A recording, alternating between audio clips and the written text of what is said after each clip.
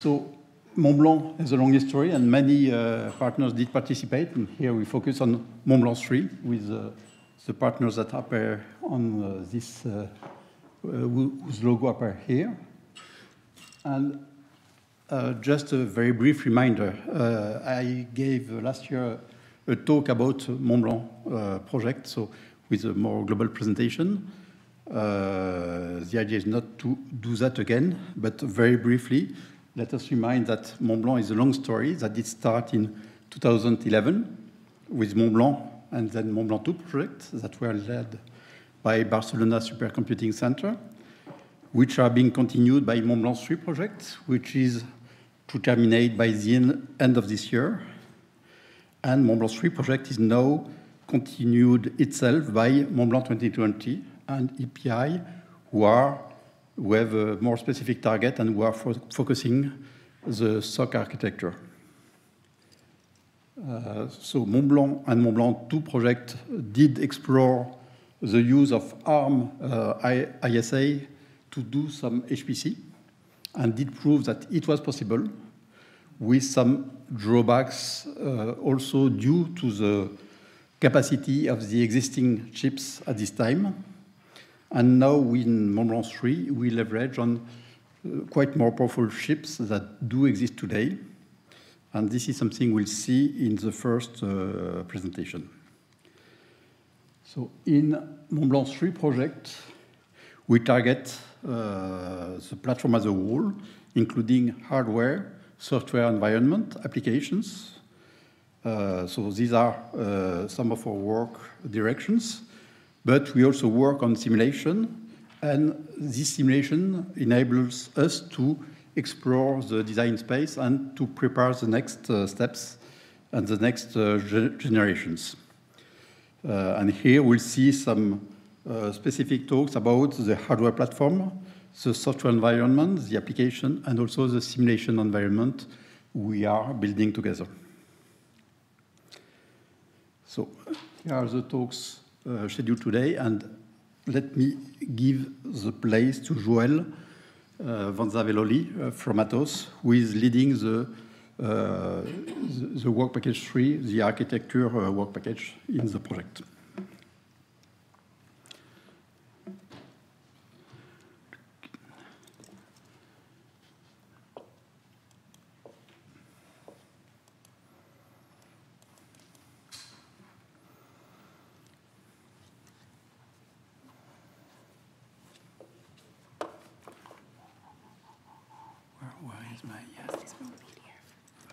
This is not PDF. It's the next one. This one is the next one. Yes. Okay. This one is okay. Okay. Thank you. Well, tu peux utiliser ça. Thank you, Etienne, for introducing me, and it's a very pleasure for me to be there to introduce you Dibona platform as an industrial and highly scalable from the X2 integration. So first of all, maybe I should start with the motivations which leads us at Bullside to start working on technologies. First of all, they are almost the same for many other actors. The hegemonic position of x86 architecture in the high-performance computing field. So there is an increasing demand of most of our customers to have some kind of alternative technologies to them. Also, people are expecting a better, thank you, power, energy efficiency, and in somehow also a better pricing compared to the solution that we have now. And one of the most important motivation was the strong and vibrant ecosystem around ARM technologies. Mostly the software community and people inherited from the embedded community are very strong, and it was one of the very interesting motivation for us. So maybe before to talk about Dibona, I should start a quick reminder of how the prototype that the MontBlanc project with the 3 phases we have now have so far have done as effort. So It started years ago. I still remember I was a student when I first read about the Dibona processor. It was about ARM mobile processor to try to make a high-performance computing system with mobile technologies. The latest one we had is based at BSc now as prototype, was including the Cortex A15, the ARM v7 technology, 32-bit based. So Dibona is the latest one that we have developed in the Mont-Blanc project, and I'm going to introduce to you today. So what is Dibona? Dibona is basically a Boole synchronous system. Sequana, as you can see here, is a very highly dense platform that can bring up to level 2 of the interconnection.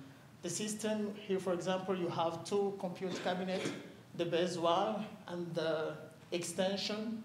Each of them can include up to 144 by socket nodes. And you have some characteristics about the cooling, for example. It's a free water cooling, and some of the bandwidth that are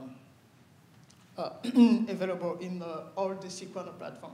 Sequana is not just about ARM. It can host almost all the architecture of type of processors. Since now we only had x86 processors, so it was the very first time for us to make an ARM-based compute node. So the most effort we had to do was to make a compute blade, ARM-based compute blade. So from Boole Sequana full system to the Dibona prototype. Dibona actually is a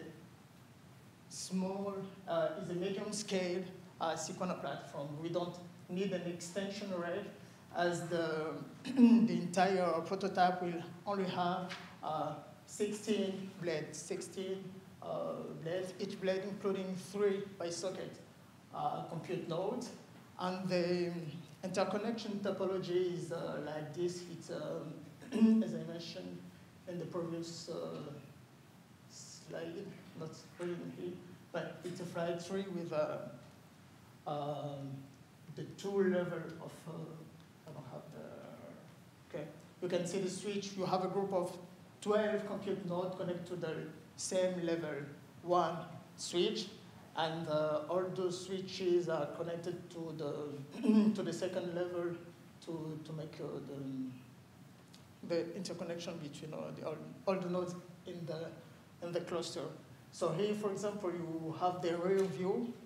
To balance the weight, we have 8 blades on the rear and 8 others at the front. And the switches, you don't have the laser. Anyway, 3 of them are down there. This is a view to help to visualize a bit how the prototypes looks like. So, as I said, the most effort was to make an ARM-based blade that was compatible with the Sequana platform. So the blade was optimized to include 2 sockets of FunX2, the current FunX2 processors. Each socket has up to 8 memory channels, so we have 16 in amount. The interconnection, the computing interconnection is done with the InfiniBand technology, EDR 36 Pro switches for the interconnection. There is also a management network that I didn't mention here. It is Ethernet network. So basically for compute workload, they use the Mellanox InfiniBand network, and for management tasks like restarting the nodes and so on, we use the management network, which is Ethernet based. So we also have the interconnection, as I was saying, is a flat tree with a pruning factor at the level 1.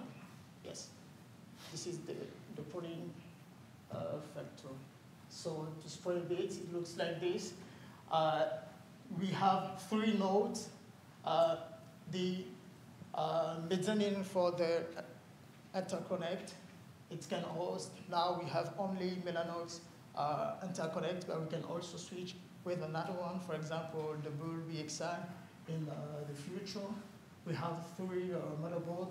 The code plane for the cooling, as the cooling system is free, is water cooling.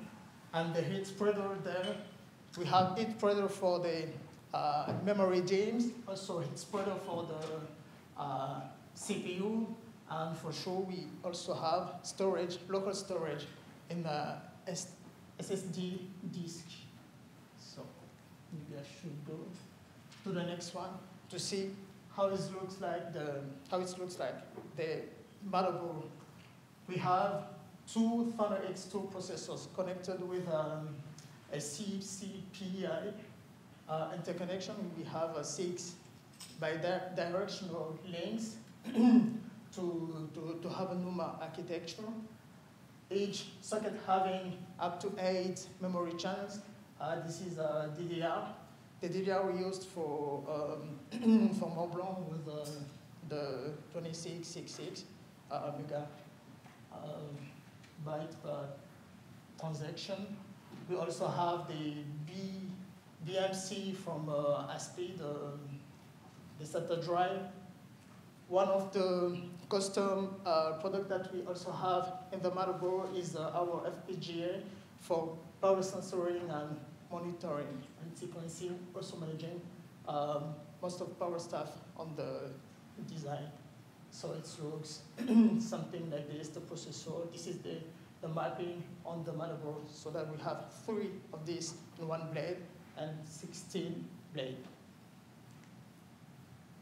So as a summary of the Dibona platform, the information that we can keep in mind is that at the end we will have 46 nodes.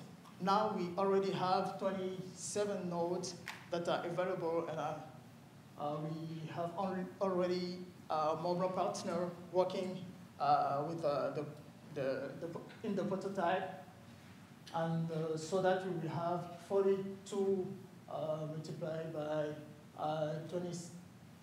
32 cores, and the memory is about 256 gigabytes memory per node. The same amount for the storage, the local storage. We also have an NFS storage for user data. The interconnection is factory interconnection topology with Mellanox Interconnect, so that the theoretical peak performance is more than 49 teraflops. Also, Dibona is an open scientific research platform, of course, with a priority to the MontBlanc partners. But everyone, if you want to make some experience on the platform, you can mail me or the MontBlanc 3 coordinator, Etienne, for requesting the access to the platform. And finally, for sure, the Bull Sequana is now ready to integrate further high-end ARM-based processor. So from the hardware, firmware stuff, and so on, up to the software stack. The software stack will be introduced next by Roxana. So, thank you. This is a picture of the how it looks today, the platform, to have the play out there in the Sequana platform. Thank you so much.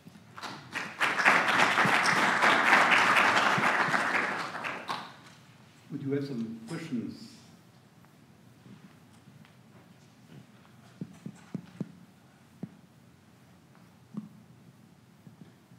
Okay, then we'll switch to the next presentation.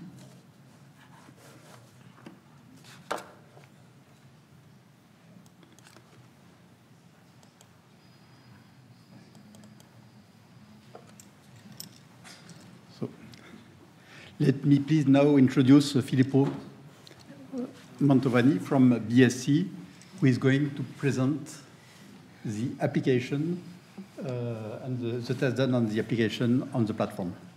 Roxana in the agenda. Roxana. Yeah, Roxana. No, it's fine. He's already here. Yes. Oops. Can't see it. Just Control L. Yeah, I was just trying to click on it. Yeah, there we go. Yes, I use this one. Yes. Okay, let me check. What? This. Okay.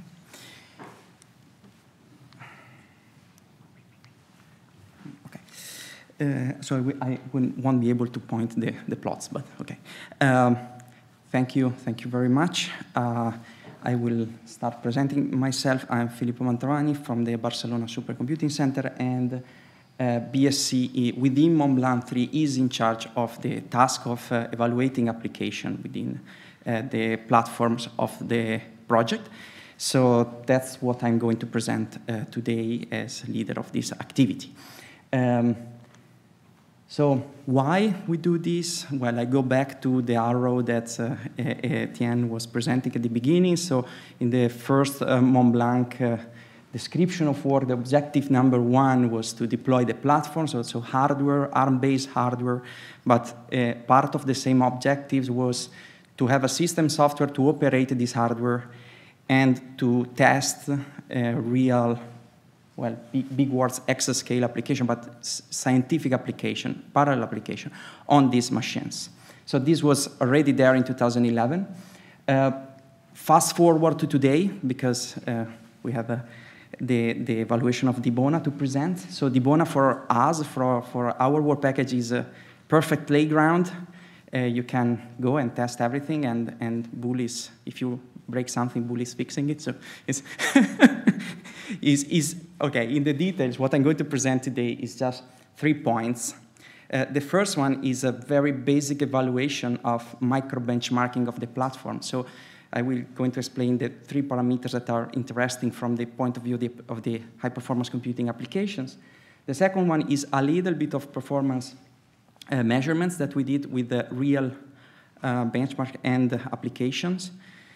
And then the third one, that is the most important one, it involves also a little bit of development within the project.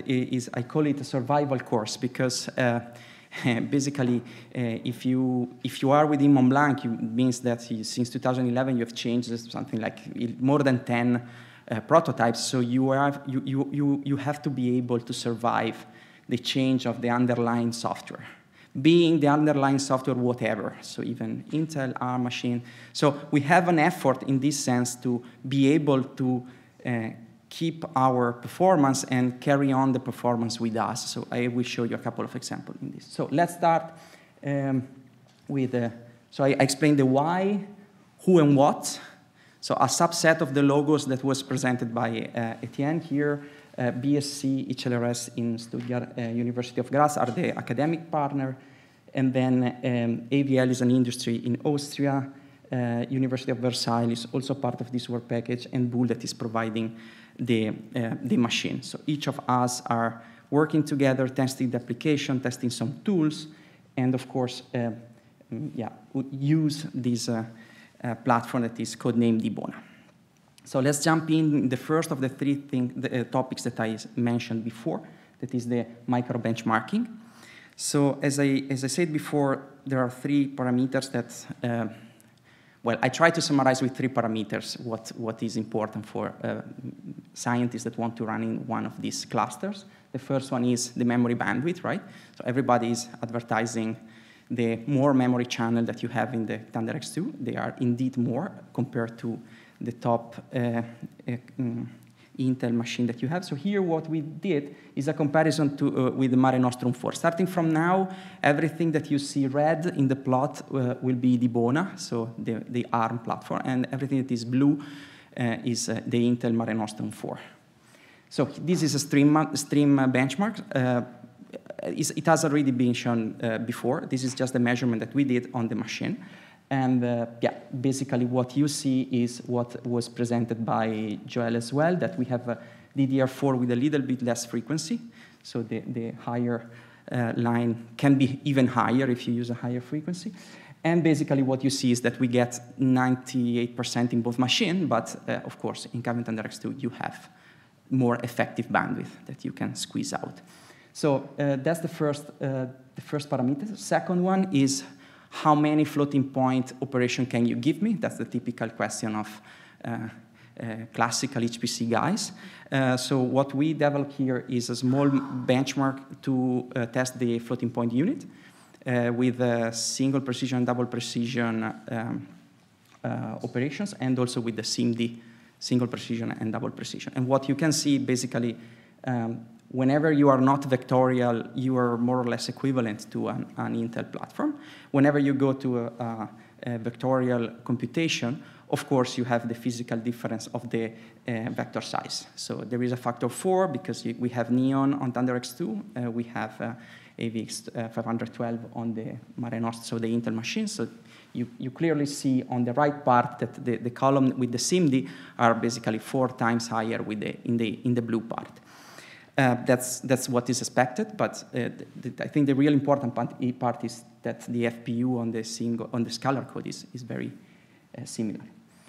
Very good. The third parameter. So the third parameter is the network. Parallel application needs to use high speed and low latency network, and here is our evaluation. Please note that all these numbers are preliminary with the system that we have available till today. This is a ping-pong benchmark with the EDR and the OPA, the OmniPath interconnect, compared with the OmniPath interconnection on the Mare Nostrum. And yeah, basically, in terms of bandwidth on large message size, we are basically within the same performance. At low message size, so that means the latency is more or less double in the ARM machine compared to the OmniPath. Well, in the network, I have a second one because as soon as you don't do point-to-point, but you start using collective operation, I have a second evaluation with a very, not so many nodes, but so far I've seen just a single node evaluation, so 8 nodes is more than 1 at least. And here you have the performance of the collective operations. You can see that there is a little bit of bouncing behavior in the Intel machine because we use the production system. Probably when we do this kind of test, we cannot know which traffic is on our network. So probably we have this bouncing stuff. While on the Dibona is flatter because it's just running on the night and you will be quiet basically. Yeah, that's how the collective timings latency goes. You see that there is more or less the same factor of 2 that we were seeing before propagating. So far, that's the 3 parameters that I tried to summarize, and that from our point of view, from people started working with the mobile technology, this is fantastic, right? Because we come from, so I was used to present something like we are more or less 1 order of magnitude worse. So now I can say we are there is between a factor of 2 that probably just tuning the parameters of compilation and so on, we can catch up. So that's really something very, very, very important, at least from people that has my experience running on the old early prototypes.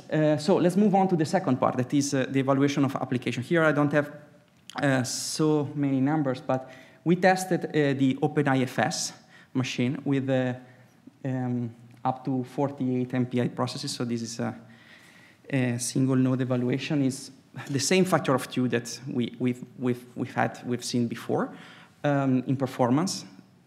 So compared to the same, so here, or the comparison is always with the same machine, even if I change topic, it's always Mare Nostrum versus Dibona. And even if we have these factors in performance, what I want to point out with the 2 lower plots is that the speed up and the parallel efficiency is better in Dibona. So probably here, vectorizing a little bit and tuning the compiler parameters, we can squeeze even more performance in Dibona. okay? And yeah, we will see the vectorization later. I don't want to spend time on this slide. I just put it because if somebody's interested in the flags that we used, so you can, so it seems to be fashion to have all the reproducibility stuff, so I put it here for if you want to download the slides later. And now the vectorization, we just tried to do this simple exercise of counting how many vector instruction you have when executing, so this is a dynamic analysis, when executing benchmark, HPCG, and then application, OpenIFS, and try to get the ratio vector instruction per 1,000 instructions and compare the different compilers. We missed some data, but I mean, the feeling here is that in each, you have an opposite behavior, right? So in HPCG, GCC seems to work better. So it's extracting one instruction and a half every 1,000 instruction, that is vector here. When you analyze more complex application, where probably the auto-vectorization can do more tricks, where this ratio is higher, and actually the ARM compiler is doing way better than GCC. Okay, so this is a very early evaluation. We are going to do it more extensively on more application and on the various version of compilers that we will have.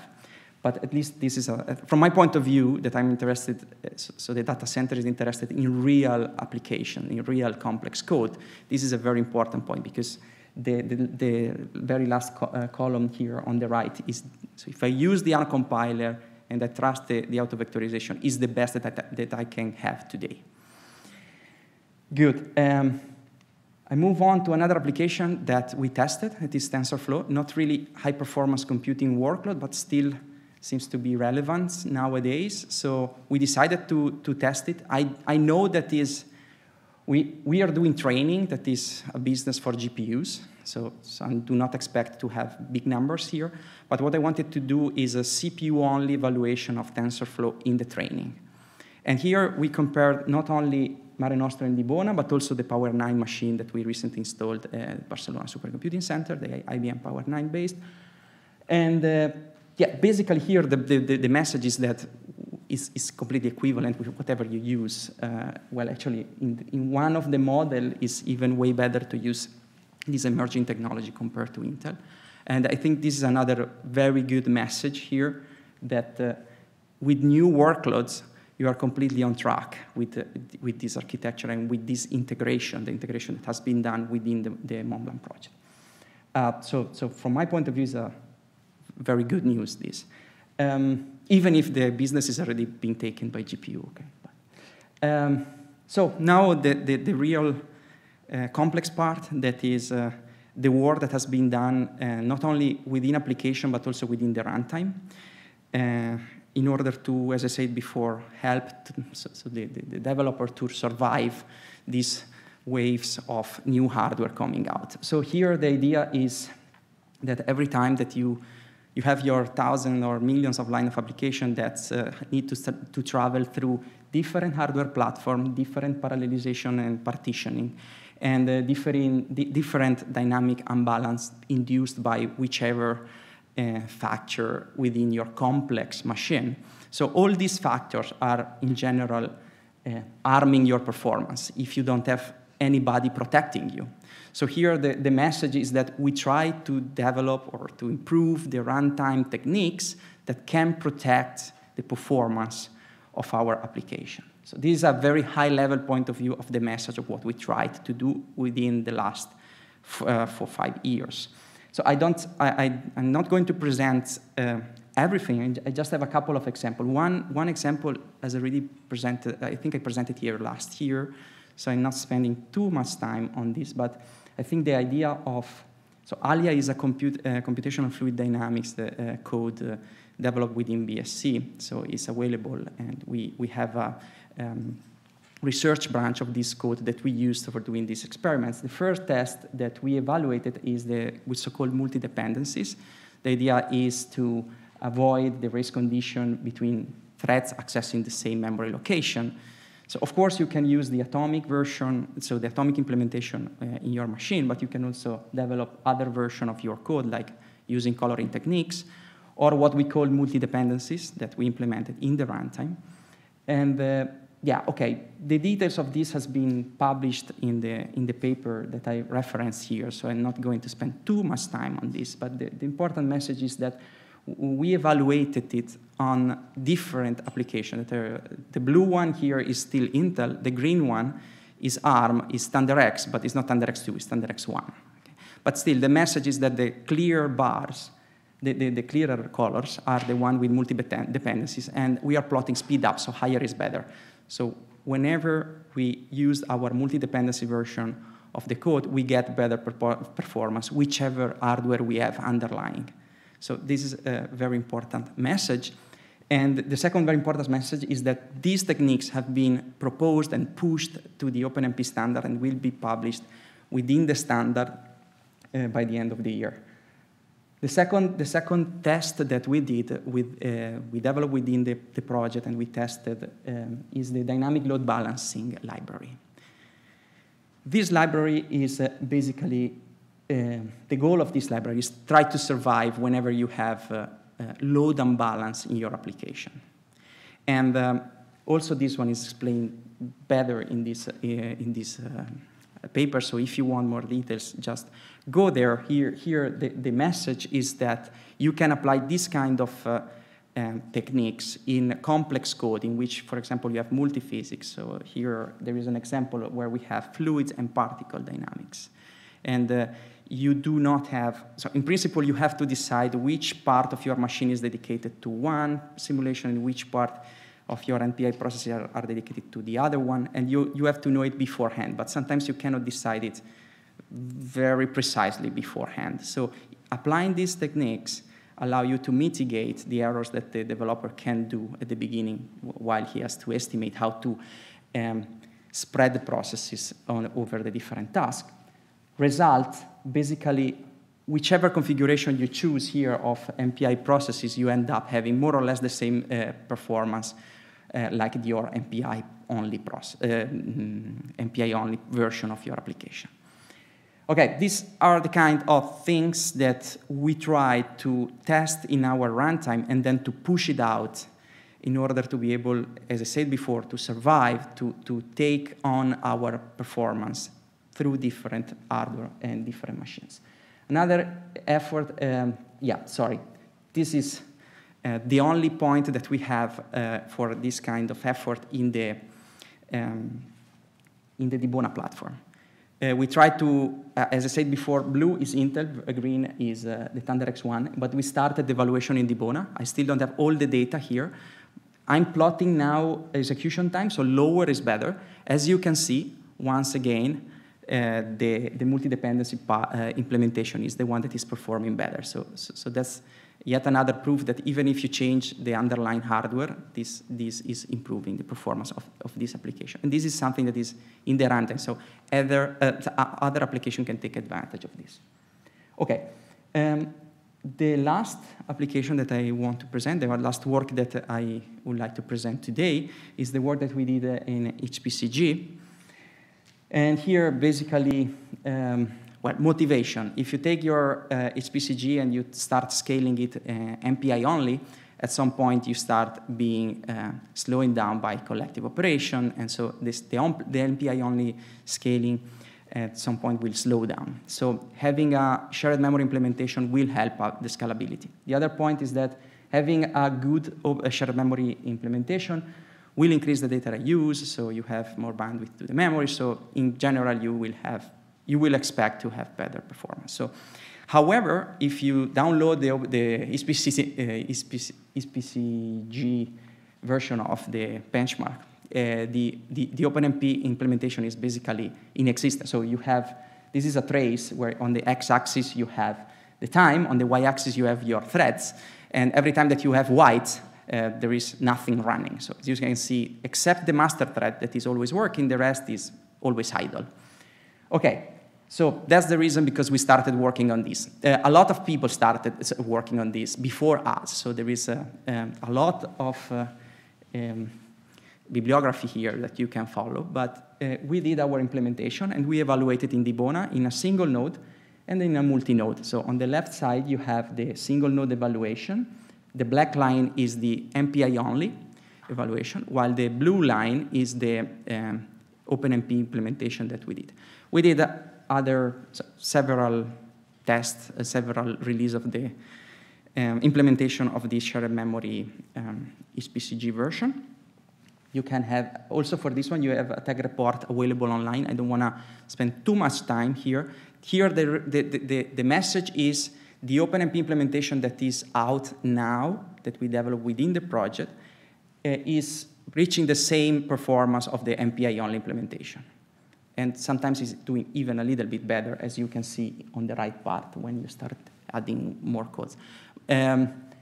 So yeah, there is the tag report. The contribution is pushed to the ARM GitLab, even if there is nothing ARM specific. So here the message is that we wanted really to open to the community in order to start whoever is working with ARM machine to start optimizing for this benchmark, because it is important.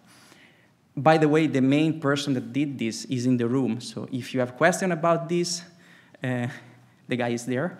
And so that was my last example. So I just want to conclude summarizing. I've shown, say, the preliminary evaluation that we did within BSC on the Dibona platform under the umbrella of the MontBlanc project. Micro benchmarking and benchmarking of application looks good, looks very promising. It's really at the same level of state-of-the-art HPC machines that are out now in the real world. And the runtime techniques that I presented, I think they're really important because, as I already said, they can help us survive all these waves of new hardware that doesn't need to be ARM, doesn't need to be Intel, whatever will arrive.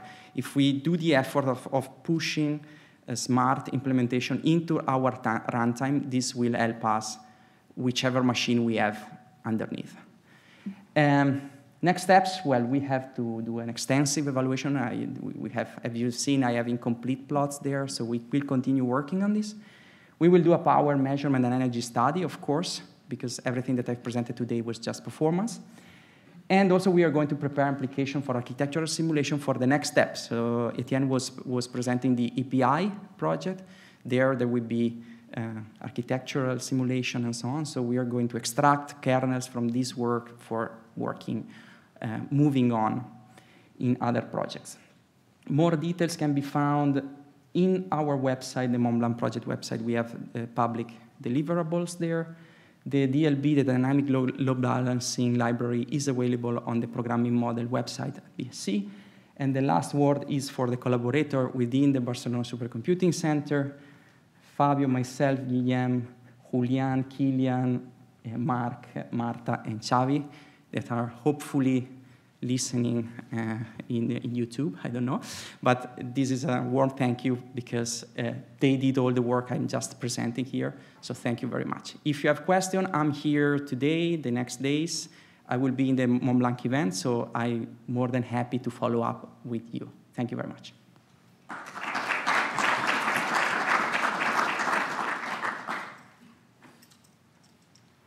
Some questions right now?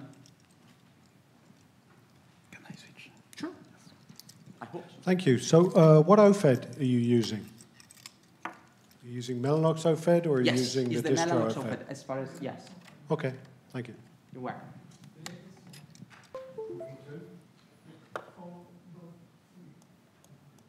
For free, okay.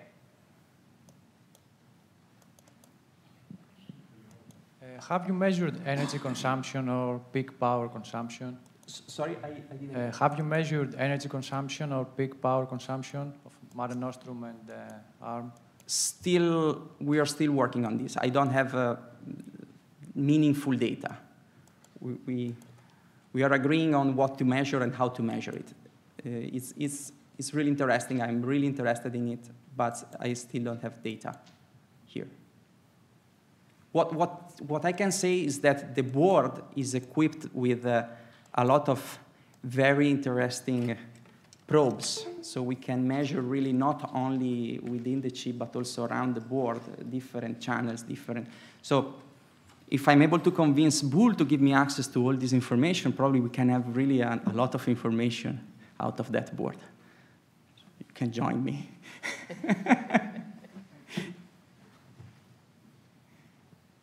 Any other question? Okay, thank you very much.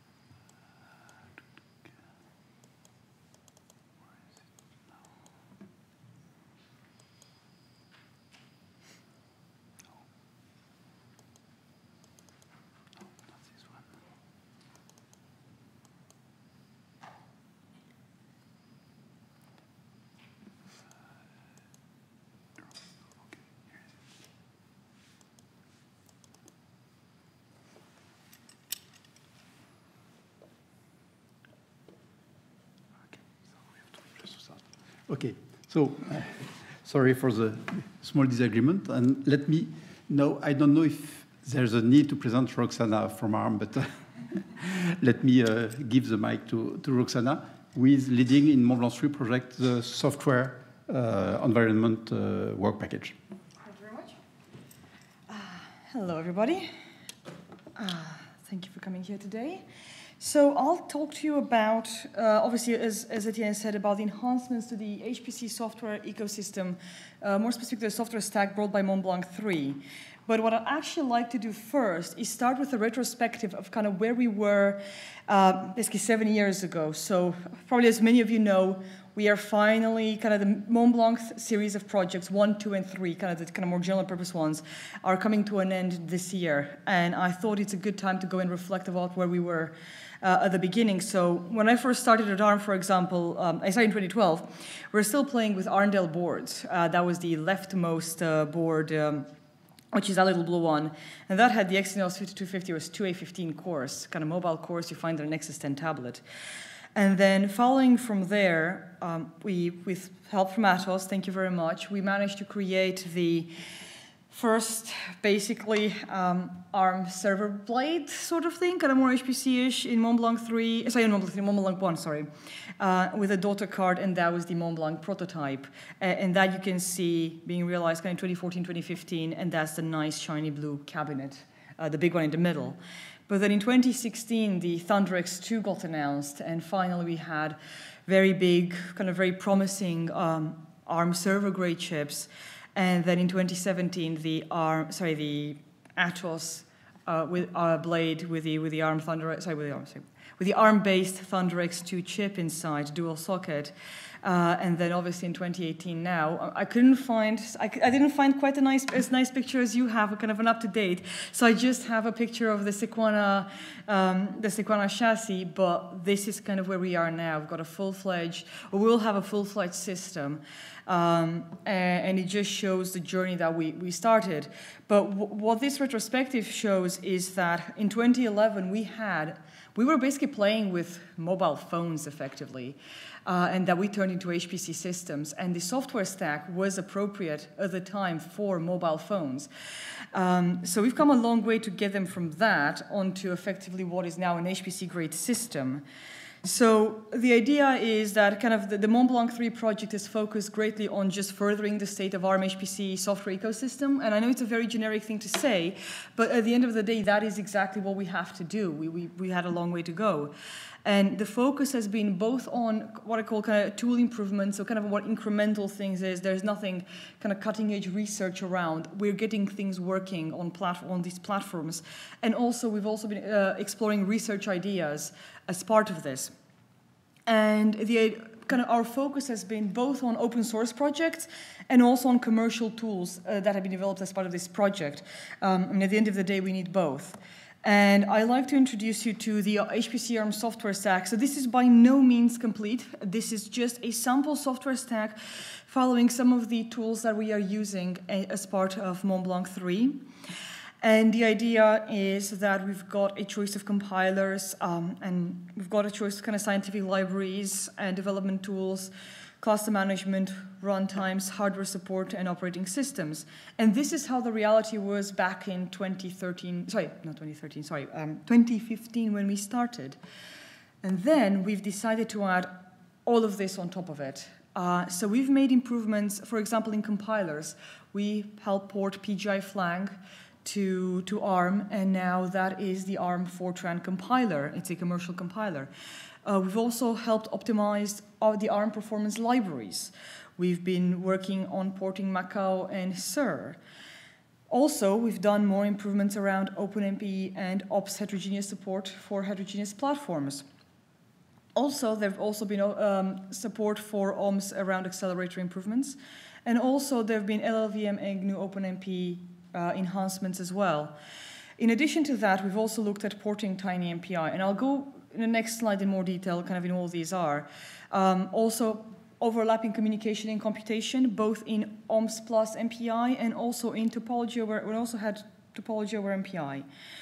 We've looked at power management improvements, Linux kernel heterogeneous support, memcopy optimizations via RDMA, and also heterogeneous device specifications. And also we are contributing to Open HPC from version 1.2 onwards. As you can tell, there's a very, very long list. And first of all, I'd like to thank everybody who's been involved in this. ARM and UVSQ, University of Versailles. We've also had HLRS and BSc who've been working on the computation and communication overlap, and BSc also on the OpenMP and OMS heterogeneous support improvements.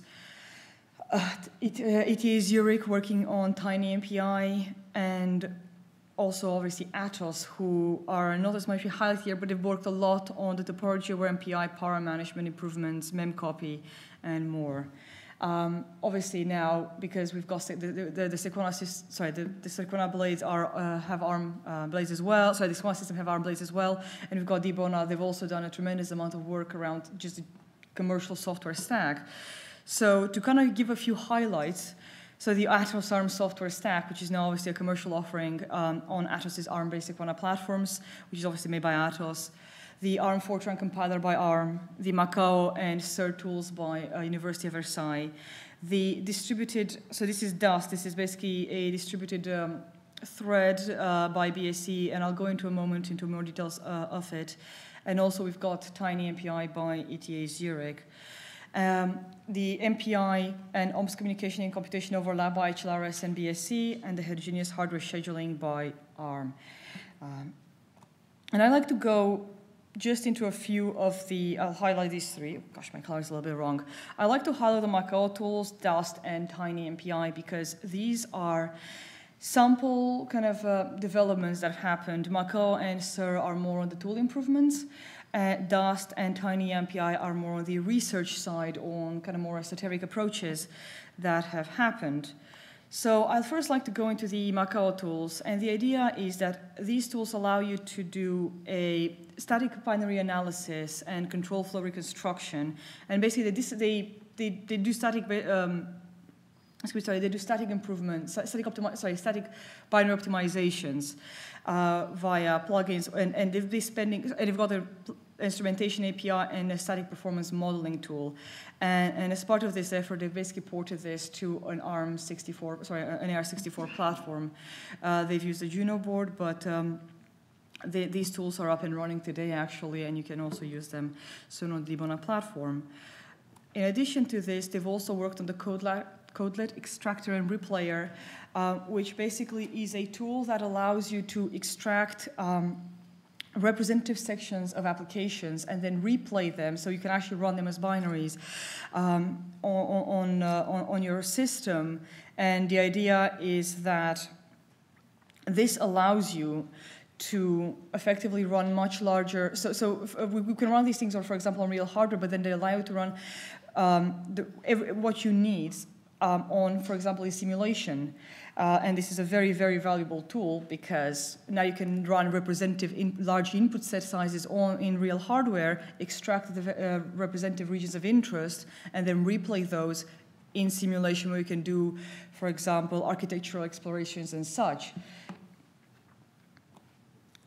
Also, from BSC, we've got Dust, which the idea is that this is a tool that allows you to move runtime overheads to an additional thread. So this improvement is done on top of OMS, which is a task-based follows a task-based programming model.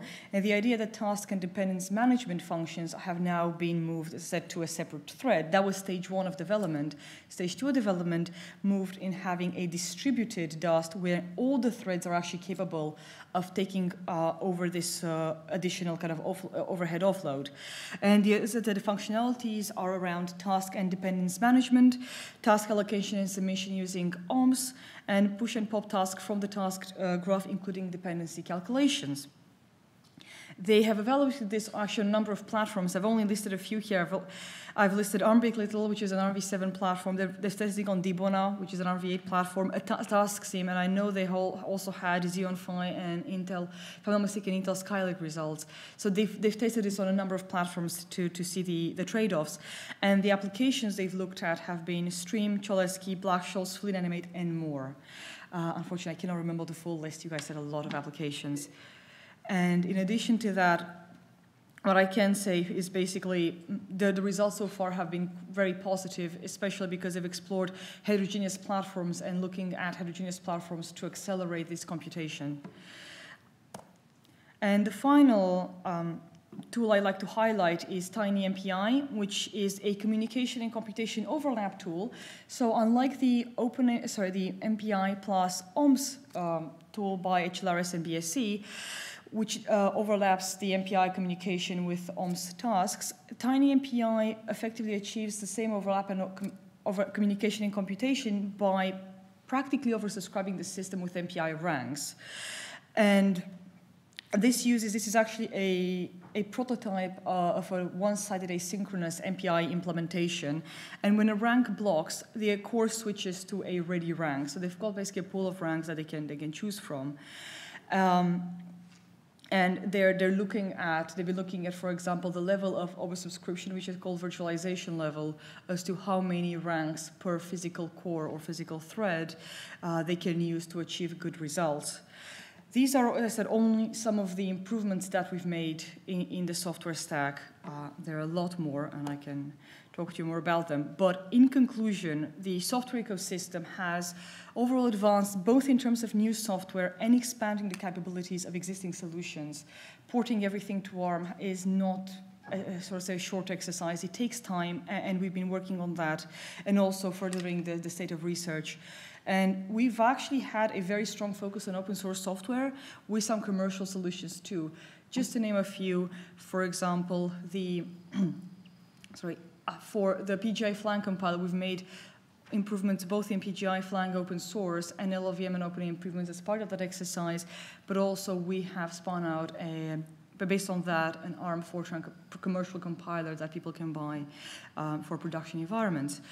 And also we've done a good, hopefully, I would call this, we've got a good coverage of the multiple levels of the software stack, but obviously there's always more we can do. What I'm saying is, obviously we're not done, we've got more work ahead of us, but hopefully we've managed to get the software stack in good shape for people to be ready to use Dibona and make good use of it, and do the experiments that they need to do and port the application that they need to port going forward. Thank you very much. I'll take questions now, if anybody has questions. Thank you.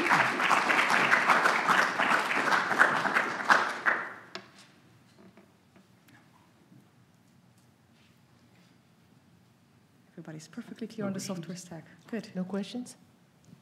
No, that's fine. It was perfectly clear. Thanks. Oh, gosh. No, thank you very much. Roxana.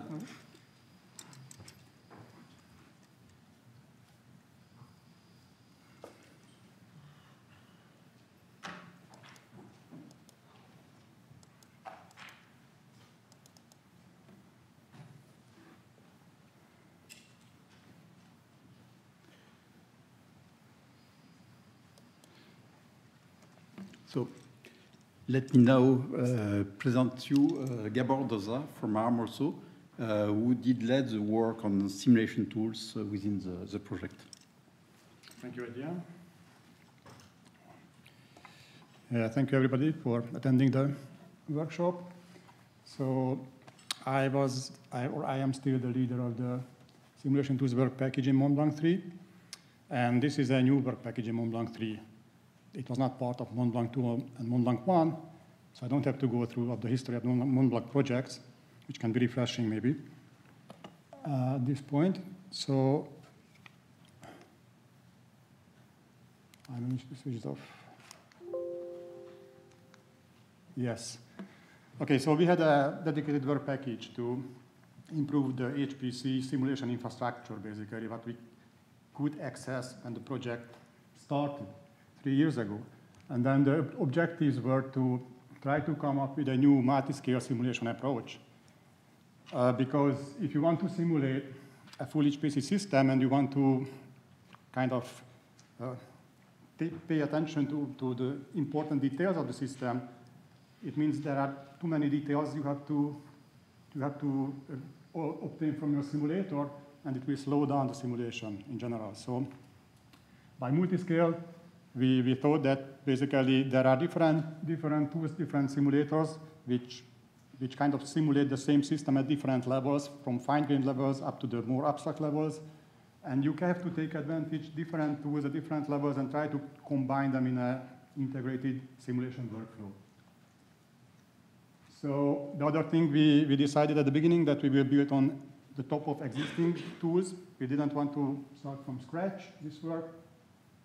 But the ultimate goal was to come up with a solution which is good enough to simulate realistic HPC systems with enough details to get like reasonable results in a reasonable simulation time. So these are the existing tools. I mean, these are the tools, simulators, which existed when we started the work. And this plot is trying to show you, like, just a very abstract way, the relation between the different tools. And the y-axis is the simulation speed, basically. The higher a box on this chart means the faster simulation speed. The x-axis, the horizontal one, tries to represent the scope of the simulator. So on the left side, there is the very low-level details of the simulated system, including simulating instructions, micro-architectural details. And if we go to the right, we go to multi-core systems, full compute nodes of an HPC systems, and finally we are at a compute cluster or a full HPC systems. If we go to the very right in this scope axis. So basically, when we started, we evaluated quite a lot of tools and decided to use these 4 ones for our experiments and to use them as a building blocks to implement a multi-scale simulation workflow. Gem5 is a online simulator. This is on the bottom here. The speed is kind of low. It can capture many details of the simulated system. It is kind of flexible, but it's typically used for simulating an SoC or a full compute node, kind of, or maybe 2 compute nodes. On top of Gem5, I mean a bit higher on the plot, there is SST Macro, which is a simulator from Sandia Lab. It's still an online simulator, but it is using a kind of skeletonized application model. I will talk a bit about that later. And it is good to simulate, or it is able to simulate full MP applications. So it can cover this cluster kind of scope, so which is a good thing, and it is faster than Gem5, but it provides less details. And then finally on the top, you can see TaskSim and Dibona. TaskSim, both of them are from BSC. So these are simulators developed by BSC. And TaskSim is very good to capture or to experience with multi-core systems. So you can do scale-up simulations with many, many cores. It is trace-based simulator. DMMS, on the other hand, is used to simulate a communication network, MPI-level interactions or MPI processes. And it's also a trace-based system. So these were the building blocks. And then we developed basically 4 new different tools on top of these systems. The first one is Musa. And this is a development from Barcelona Supercomputing Center again, from the Barcelona team. And what they did is basically they integrated kind of the task sim and the DMMS simulation flow into one multi-scale workflow. So the new Musa simulator can cover from multi-core system up to real HPC kind of compute clusters. And it is still a trace-based simulator. So you have to collect traces of the application first. It captures instructions and also runtime events, which can be OpenMP runtime, task parallel programming model, or OpenMP parallel loops. And finally, it captures MPI-level events, MPI messages, basically, between compute nodes. It leverages sampling techniques, so you don't have to simulate the full application. It can select those representative parts of the application which really matter, and then reconstruct the full simulation time simulating only in the representative sections. For the trace collection, it is using Dynamo Rio tool, which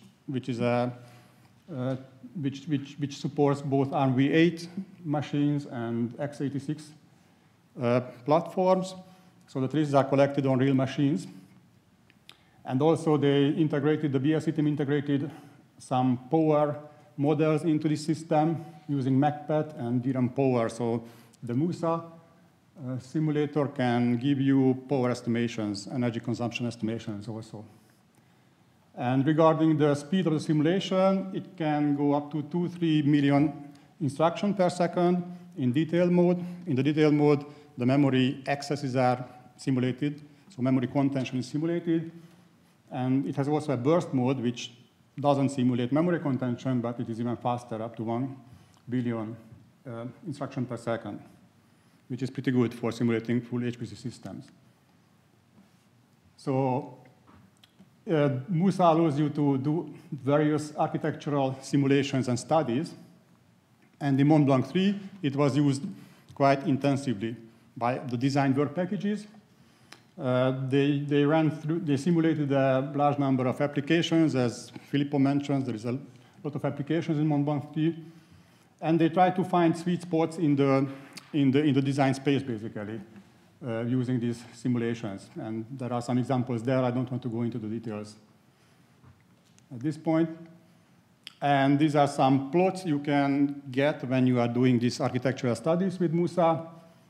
You can look at what is the effect of increasing the vector length, for example, in the applications, or what is the effect of changing the cache sizes, or just you can get a kind of some information about where is the overhead, if you have any overhead regarding scaling your applications. So all these simulations were simulating basically a 256 node system. So 256 MPI processes, basically. And the number of cores per node, per compute node, was changing from 1 node up to 64 cores. As I mentioned before, TaskSim is very is very flexible in this sense. You can do this scaling up simulation, changing number of cores very easily.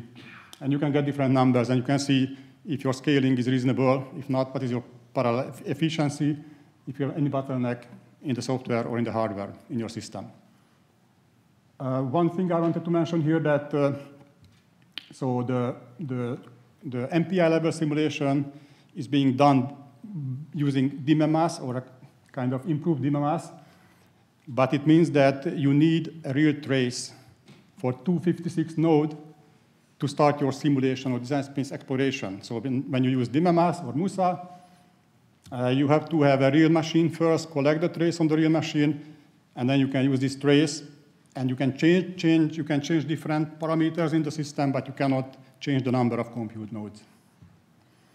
But if you have enough compute nodes in a real system, then you can go for really large kind of design space explorations. I think we covered this one. So that was Musa, and the next tool I would like to mention here is Elastic SimMate. So this is a different approach. It's still a trace-based simulator.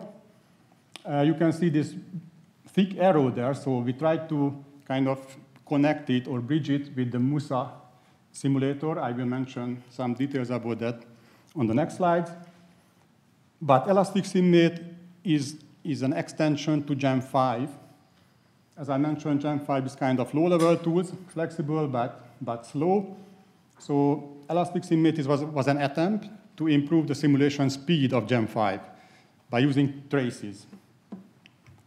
And the CNRS team in Montpellier was working on Elastic SimMate and developed Elastic SimMate. So as I told already, this is a trace-driven simulation. So you have to collect the trace of your application, what you are simulating, in a full system Gem 5 simulation. So full system Gem 5 simulations simulate the hardware. On top of that, you simulate operating system and application. So everything is there. Again, you can have a lot of insights, but it's very slow. So with Elastic SimMate, you collect the trace in the first phase, and then you can replay this trace later multiple times, and you can change different parameters in the system, like the type of interconnect, the number of caches or size of the caches, the memory controller, and so on. But the replay is faster than the collection because in the replay phase, you use trace injectors and not a detailed CPU model in Gem 5. Another interesting thing here is that in the replay phase, you can increase the number of cores in the system. So Elastic SimMate supports trace replication, which is kind of a way to do weak scaling studies in your simulator. Sorry. Besides weak scaling, the CNRS team also developed another kind of way to do design studies which supports strong scaling. It is called task mode. And so let me explain a little bit about the task mode, which is interesting also because this is the way how we were able, or the CNRS team were able to connect Elastic SimMate kind of with the Musa framework from BSC. And what happened here is that still Elastic SimMate collects the trace using a Gem 5 full system simulation, but the scheduler, the task scheduler, so the task, the application is basically, in this case, is a task parallel application, and the runtime, the scheduler, is instrumented. So whenever there is a new task created, it generates a Gem 5 event, and Gem 5 is able to separate the traces per task. So at the end of the trace collection phase, we will have one trace file per task instead of one trace file per full application.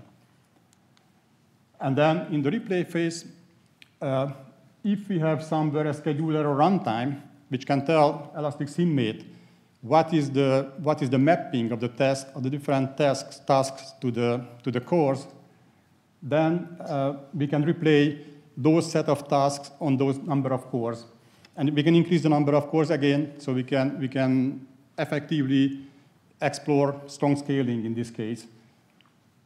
And when we had this kind of integrated system, Elastic SimMate and Musa cooperation, then Musa was taking care of the scheduling part. So basically, Musa can simulate the full application, and then when Musa thinks that there is some interesting region and which would make sense to run some lower level simulation, a bit slower simulation, but to get more details or more accurate, like IPC estimation, for example. Then Musa can pass a list of tasks to Elastic SimMate, and Elastic SimMate can generate that particular region in a fine-grained mode, and can send the result back to Musa, and Musa can use this new runtime estimation for the tasks to get a more accurate result when it simulates the entire application at higher level. All right, so that was Elastic SimMate, and another tool I would like to mention briefly is Dibona Online. As I mentioned before, Dibona is part of the Musa infrastructure, and it is used for simulating the MPI network practically. And the University Cantabria team looked at Dibona, and they were kind of exploring how can we improve the scale out with Dibona. So scale out in the terms, how can we increase the number of compute nodes or MPI processes which our network simulator Dibona can handle. And as I mentioned before, Dibona is using a fixed size trace, fixed size in the terms of the number of MPI processes. On the other hand, the University Cantabria team was exploring the skeleton model approach.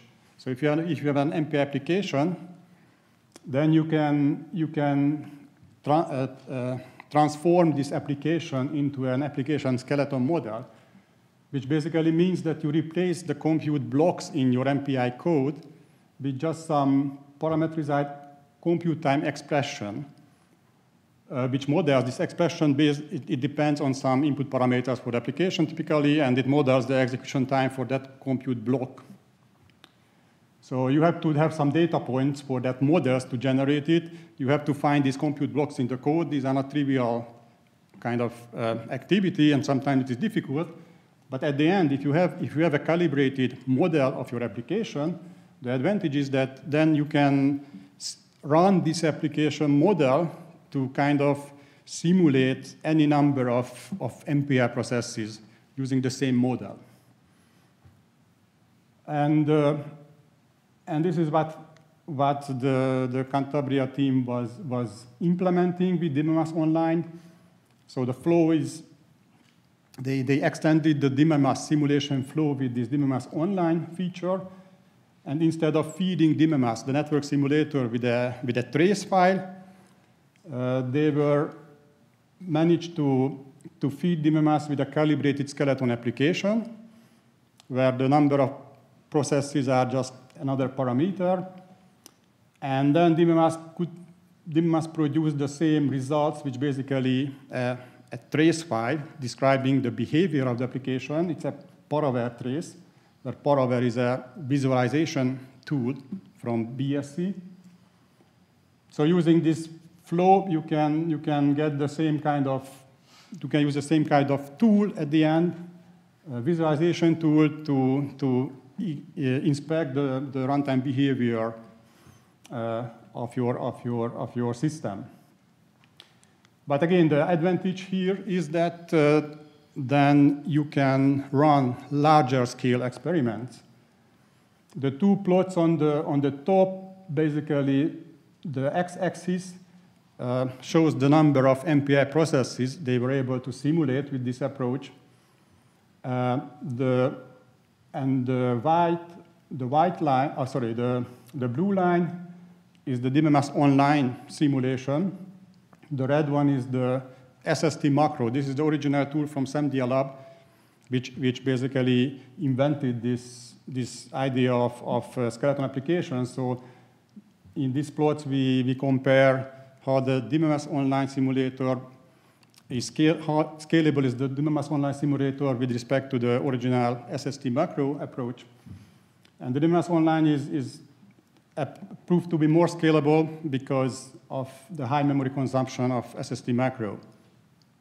So with Dibona Online, if you can read the numbers, the team was able to go up to 16,000 MPI processes. So a 16,000 compute node system is getting there where like real HPC systems are today.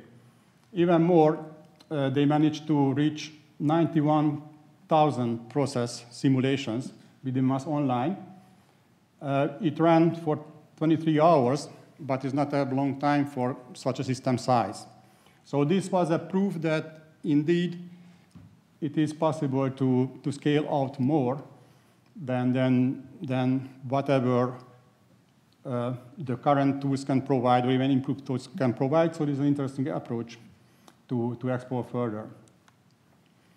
And finally, another tool which probably I would kind of skip is we implemented also distributed Gem 5, which was an extension of the simulation scope of the original vanilla Gem 5 simulator.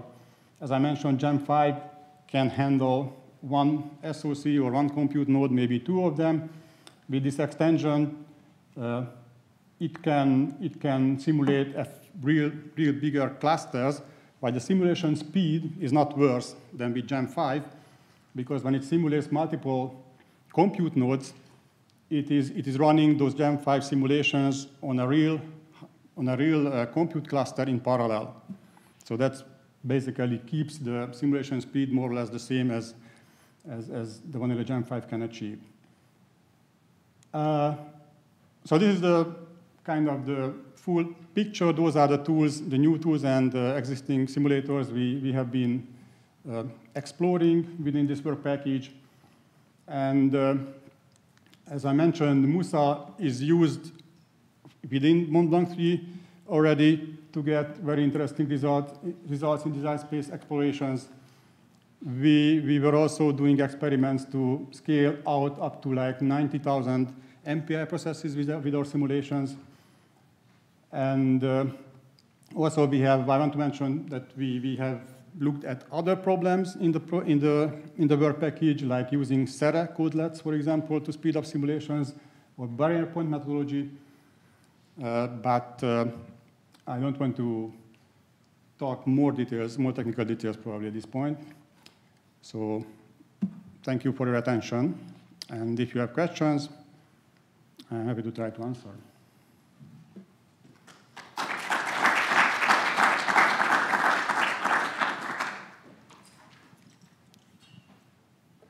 Yes, one question.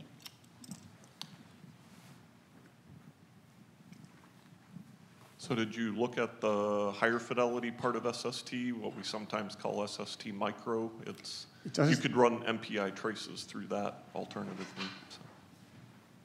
So we looked at SST macro, not SST micro. So Scott Hemmer is at the meeting here and specifically works on all our interconnect models for that part of SST, so it might be worth it. Yeah, definitely. Yeah, thanks.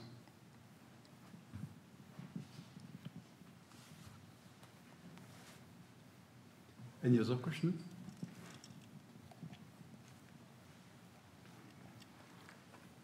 Thank you. Okay.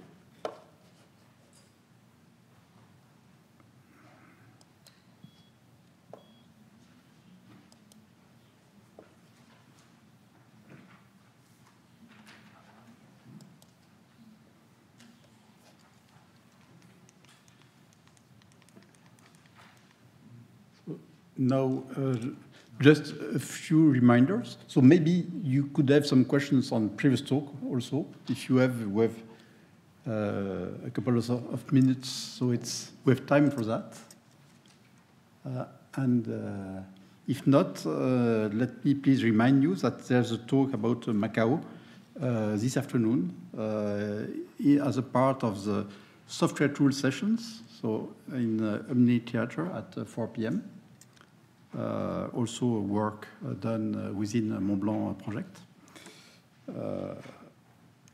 Also, to know more and celebrate with us the upcoming end of the project, we have tomorrow an event organized here in Cambridge at Cambridge Union Society. So it is still possible to register. So if you are interested, do not hesitate to come to our website and register from there. So we'll take care to put also on our website the different references that were included in the talks in order to permit you to easily find the papers, for instance, that were mentioned. We invite you to stay tuned and to go on looking on our website. And of course, if you have any further questions... follow us on Twitter. Pardon? And follow us on Twitter. Yes, absolutely. So, if you have any further questions, we'll be glad to answer. Maybe now, maybe later during a break. So we are here also still for a couple of days. Thank you all for your presence and your attention. And see you next time.